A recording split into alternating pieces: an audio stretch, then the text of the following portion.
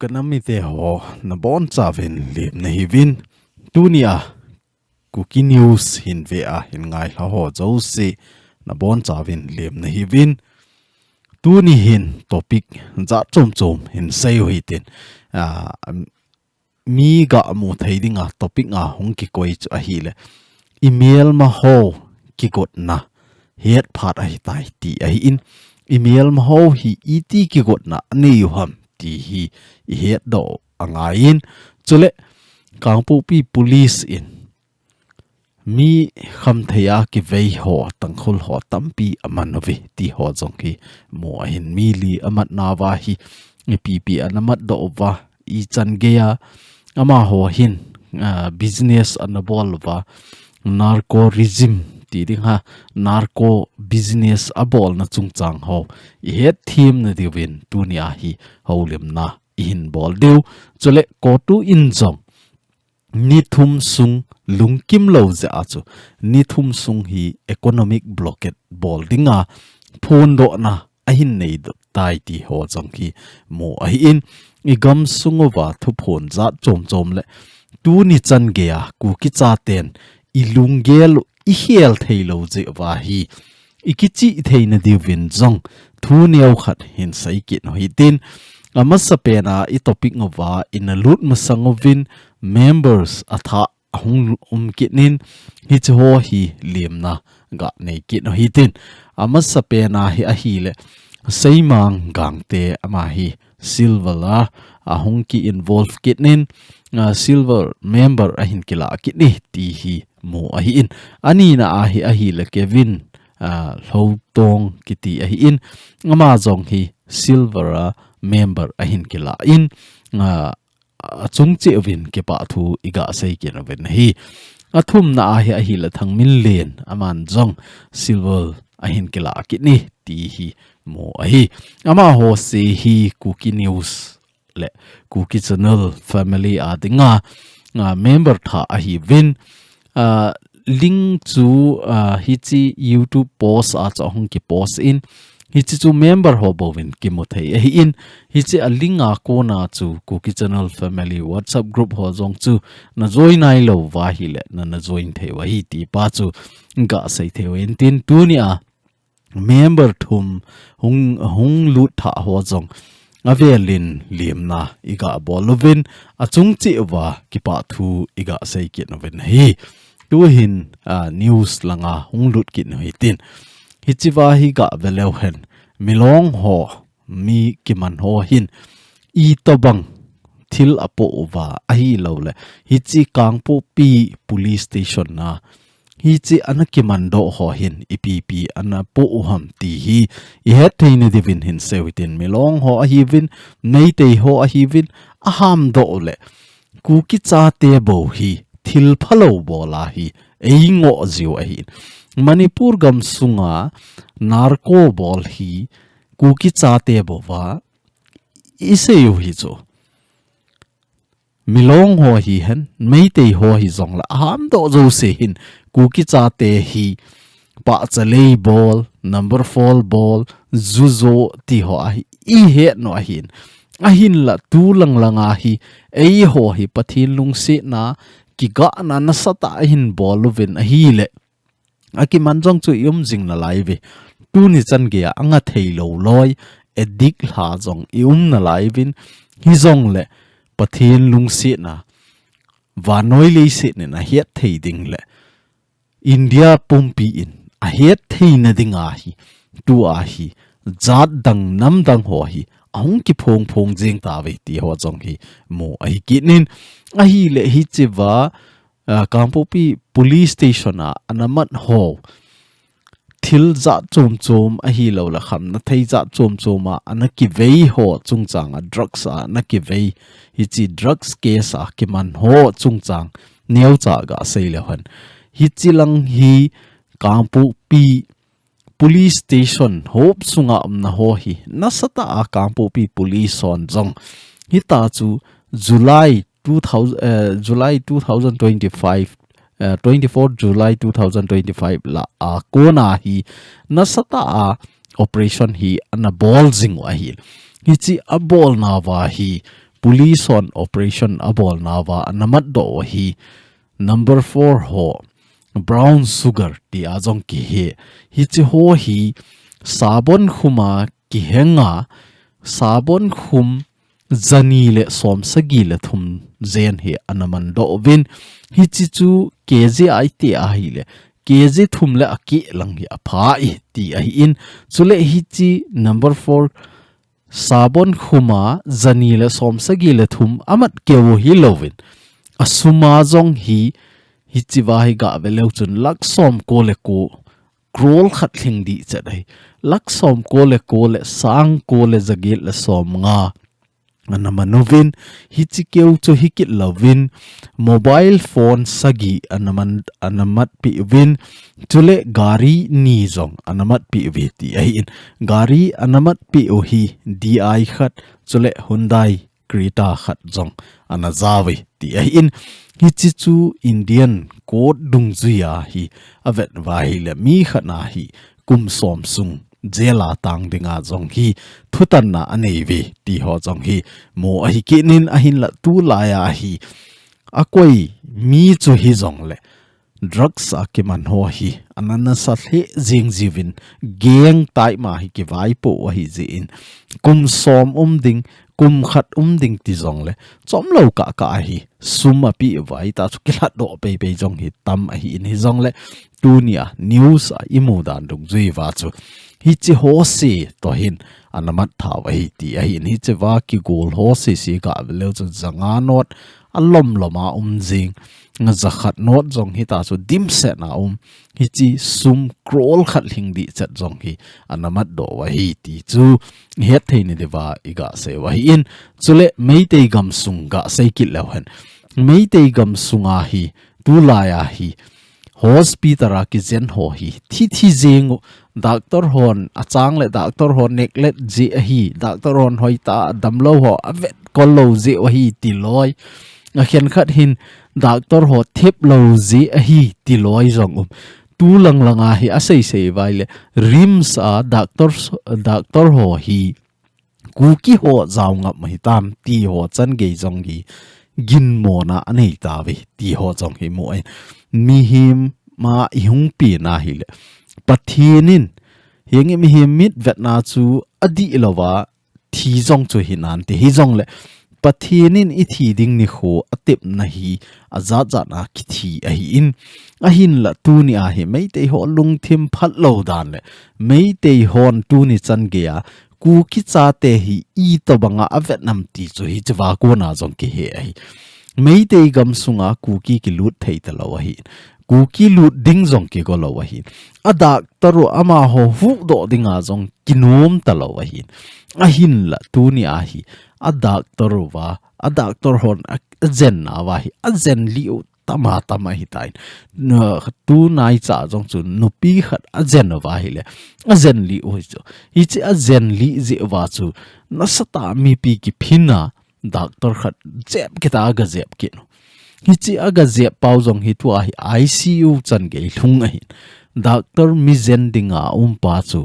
tu a hi ama ICU chan ge a thut nu a hi tai hi chi pha na hi Manipur gam sunga doctor ki loi kho mo hin ki phin na anei win tu a hi OPD service ho jo si kha ding OPD a koima OPD ki hong ta loading koima atha a nga damlo ho hung ki zen thei ta loading a hin la admit ki bol sa ho wang chu ki zen ding a hin la atha a hunga adam lo na hung ki vet sa nom ho hi koima ki vet ta loading a thu hi a ki chi to ka a ki kha ding a hi tai ti a jong hi OPD a kha na chung chang ho jong a hin phung do ta vi ti ho chan ge hi mu a hin ama ho ki ka a boy jong le a boy na lang a phalo lo ho hi ku ki cha te ngo na ji nga hi thu a sei wa hi ni chi hi iga ge lai le nung chen khom kit ding a hi lo le chamna ga sima khat ga nung chen khom kit ding chu hi chi to bang lunggel phalo ta ho ta hin iti chen khom de hom ti hi tunia ku ki cha ten jong he no ngai ka na me te ho hoi ta ilunggel i gel to angai ka tino me nei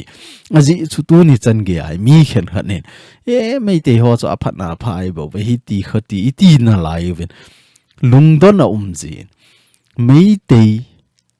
aphat lo je wa tu ni a jong ama ho akizen li u jong le Kuki cha te zaw ngam ham ti ho chan ge a igel thei vai le alung gel lo hi apha poi ti pa hi het do angai ti chu kanami te hon het thei ni diwa neu cha ka ga sei sau be hi in chule Assam Rifle ho Assam Rifle convoy ho ambush bola Assam Rifle mini anakapli inawa jong hi tu a hi gin mo mini amanuvi ti ho jong hi mu a hi in jan hi video in sem na wa jong chu in sei ta win police ho le center force ho ki thu a nasata Bisnupur district ho hi operation abolova lamlin zo se a kha wa check anabol vin a hi le ven ho jong anamando vi ti ho jong chu in sei wa hi tain tu ni a hi news tha khat ki mukit cha hi le mini ginmo mini hi anamanuvi ti hen amin howang ahin ta do povin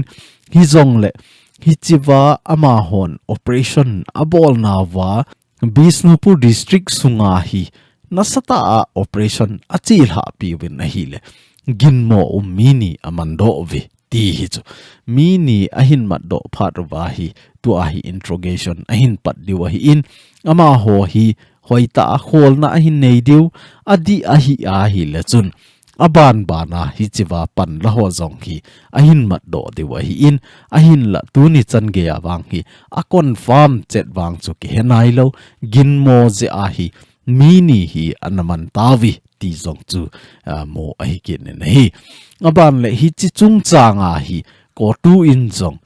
Assam Rifle mini ki thana chunga tu ni chan ge a action kilo lo a hi lo le tu ni chan ge a I macha kilo lo na ji a hi lungdam lo Vetda na a chu tu a hi chi national highway hi ni thum sung ki kha ding hi economic blockade ki bol ding hi ti a jong hi tu ni a chu ko tu in jong phon do na a hin bol lovin hi chi to banga igam inam veng bit dinga inam nam sepai tilehen Indian Army ho hunga igam inam ven bit theine dingle igam inama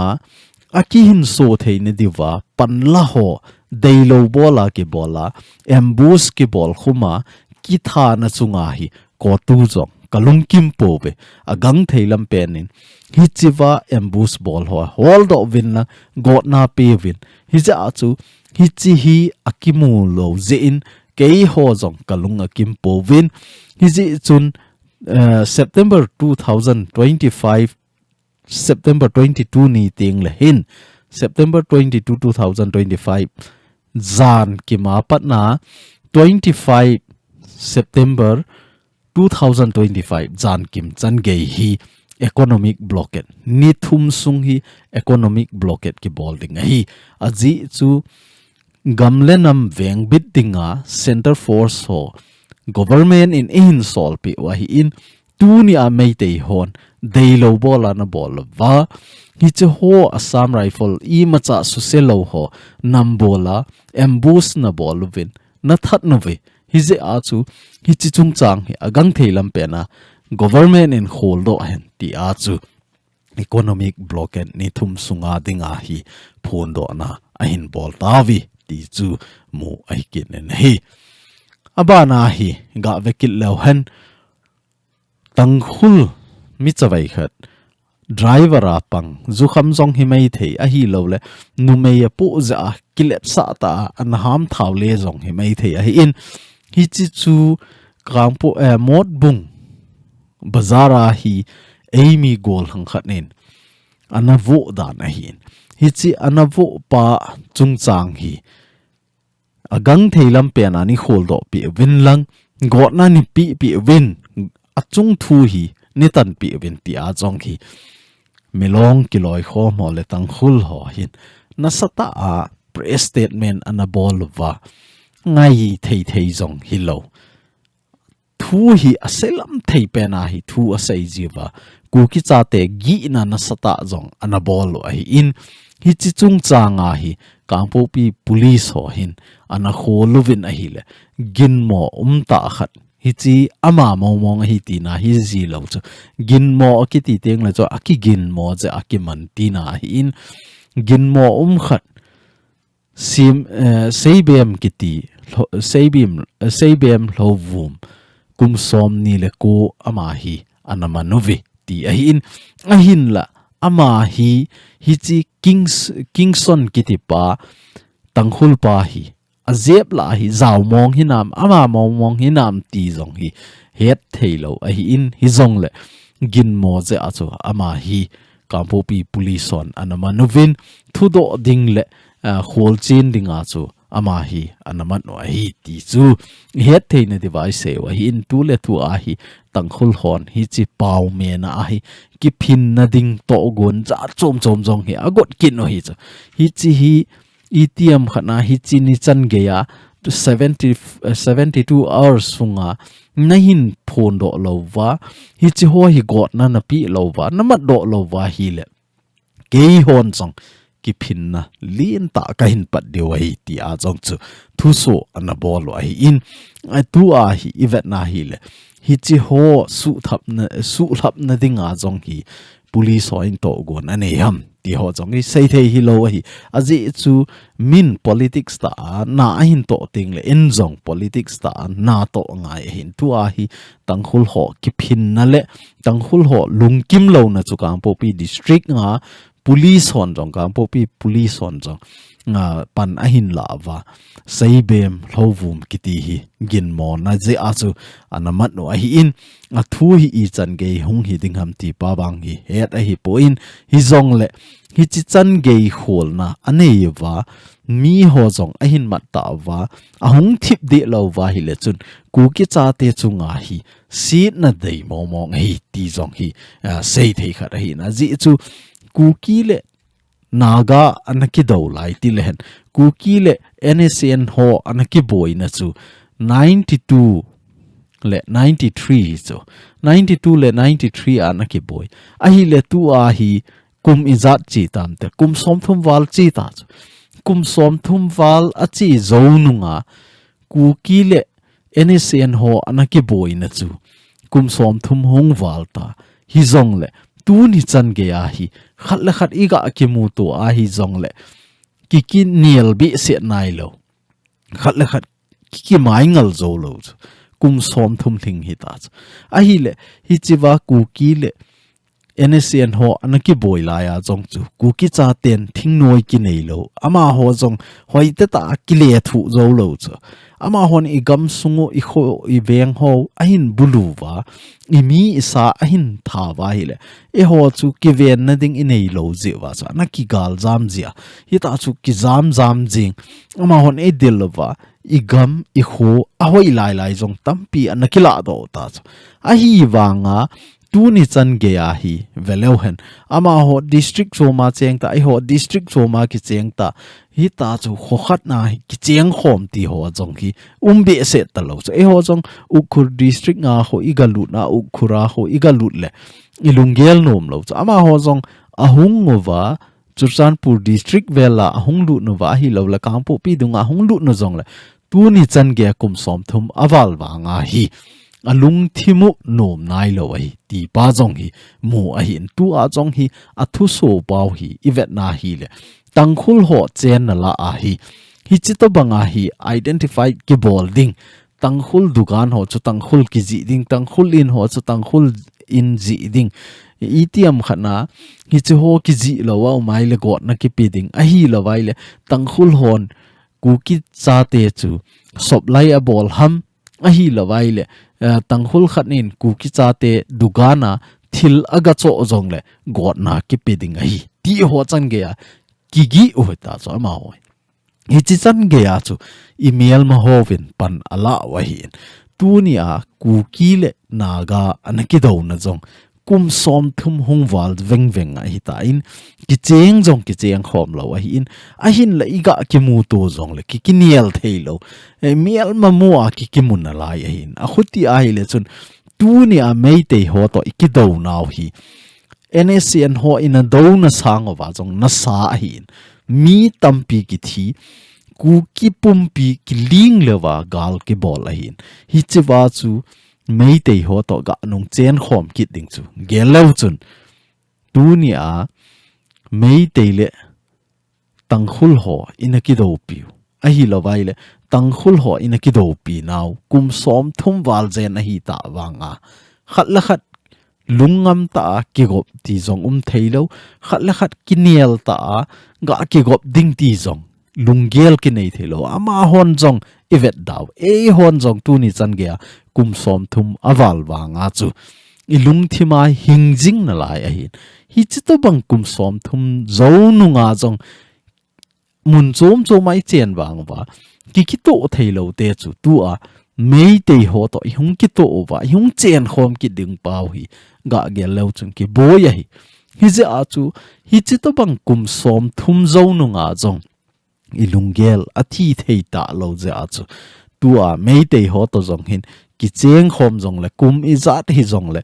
ilunggel hi thei ta lo ding he ama ho lunggel zong hi thei ta lo ding ei ho lunggel zong hi thei ta lo ding masanga ki lungsi ta le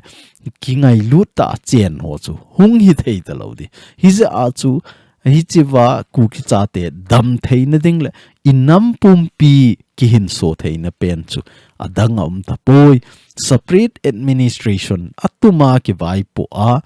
choma Meitei a choma ki po han lang Kuki a choma ki vai po ta hen tu ni chan ge kum som thum wal zen tanghul ho ta ina ki do win a hin la tu ni chan ge ki niel thailo a hi in hi chi ta bang chu tu a hi Meitei ho chunga jong hung ding a hi ni za chu Kuki cha te wang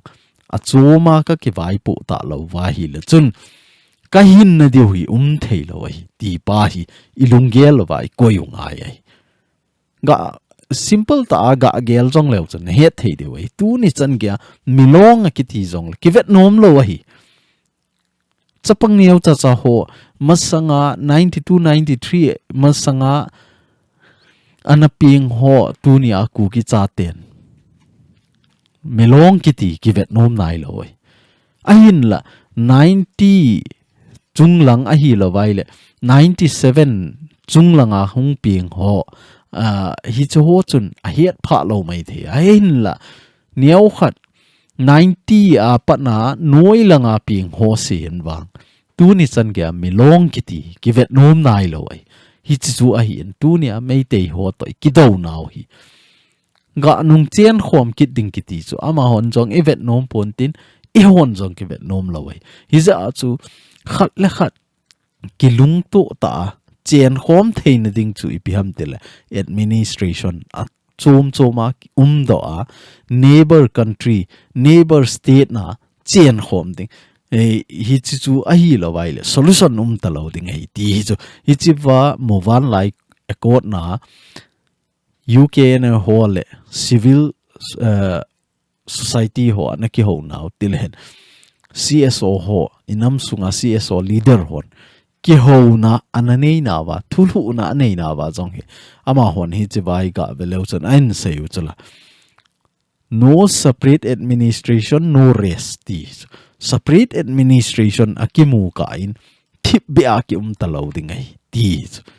hi chiba ama hon ani na a sei jong hi ga veleuchan 60 days na ni som gup sunga hi ETM khatna Kuki cha ten Indian Constitution dung zuya Union Territory kadel pau hi nipi lo wa hi le ni som gup zawa patna hi Manipur ki thai mang ding hi tai Kuki gam sunga Manipur ki ti kizi thei ta lo ding hi ti jong hi ichiwa hi ahin phon do ki no abana anoi langa hi ga vekit lew chun injawa iga sei pe nu chu a hi ta in hi chi Meitei ho to thakhatna ki cheng khom thei ta lo ding hi government khatna ki thei ta pon te tu ni a hi Meitei le Kuki chamdila chen theina pen chu a hi le khat le khat hita chu neighbor a chen ding ti chu ama ho tu ni a Manipur a hi lawai le Mizoram ti ho jong hi gamgi chu ai wanga a government chom hi chu hi chi tom bang tai ma hi Meitei government a chom ding Kuki government a chom ding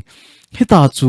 gam chom mai chen na hi le ei jong ama ho gam sunga thu ki nei lo ding ama hon jong e ho gam sunga thu hung ki nei lo ne hi chi bo hi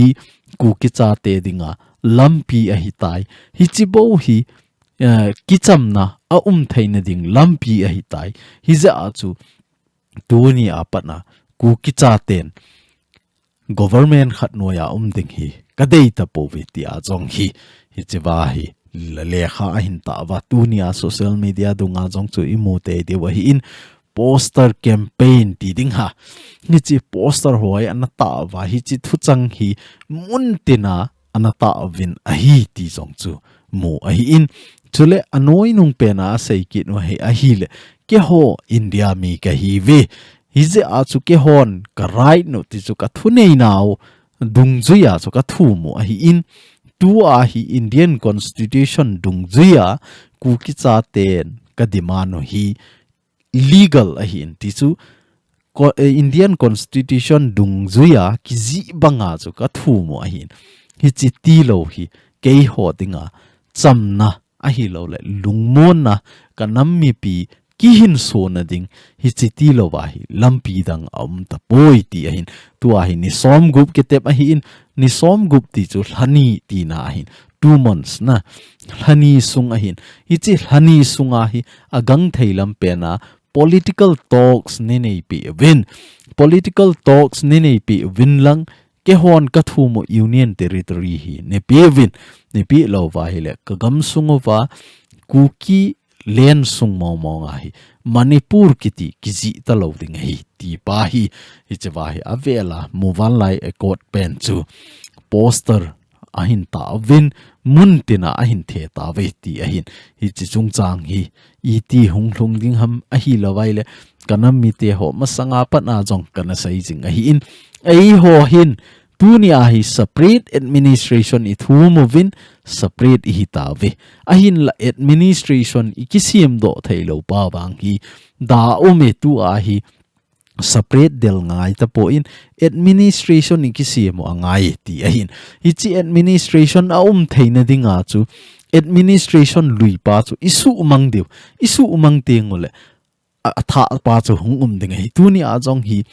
chiwa movan lai ekot ti a ahin sut nawa ni som gup sunga hi chiwa hi Kuki cha te Indian constitution dungzuya union territory nei pe lo wa hi le kagam sungowa